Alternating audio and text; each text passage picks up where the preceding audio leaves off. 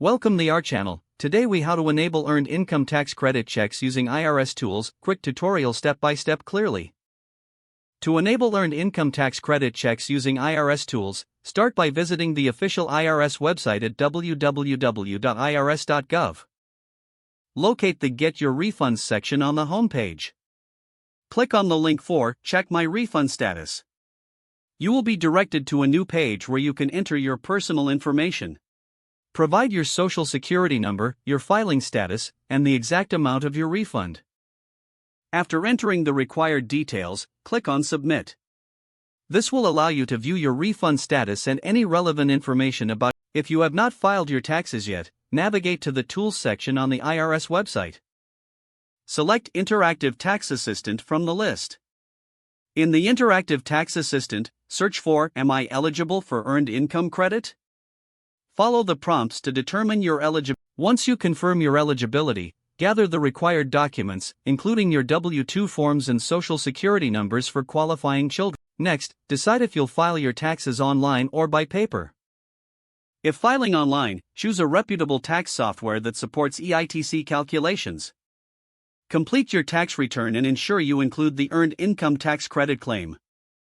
Review your return for accuracy before submission. After filing, return to the IRS website to check your refund status later.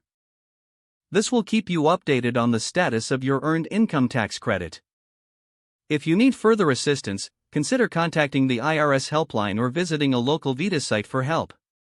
Remember to keep all documentation in case the IRS requires verification later.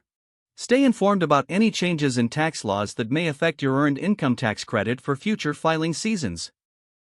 By following these steps, you can successfully enable your Earned Income Tax Credit checks using IRS tools. If the page does not load, refresh the browser or try again in a private or incognito window.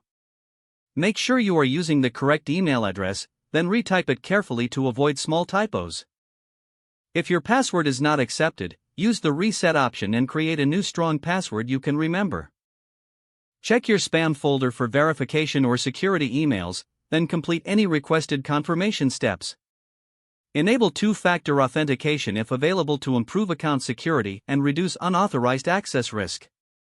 After signing in, review your profile details so your contact information and settings are accurate and current.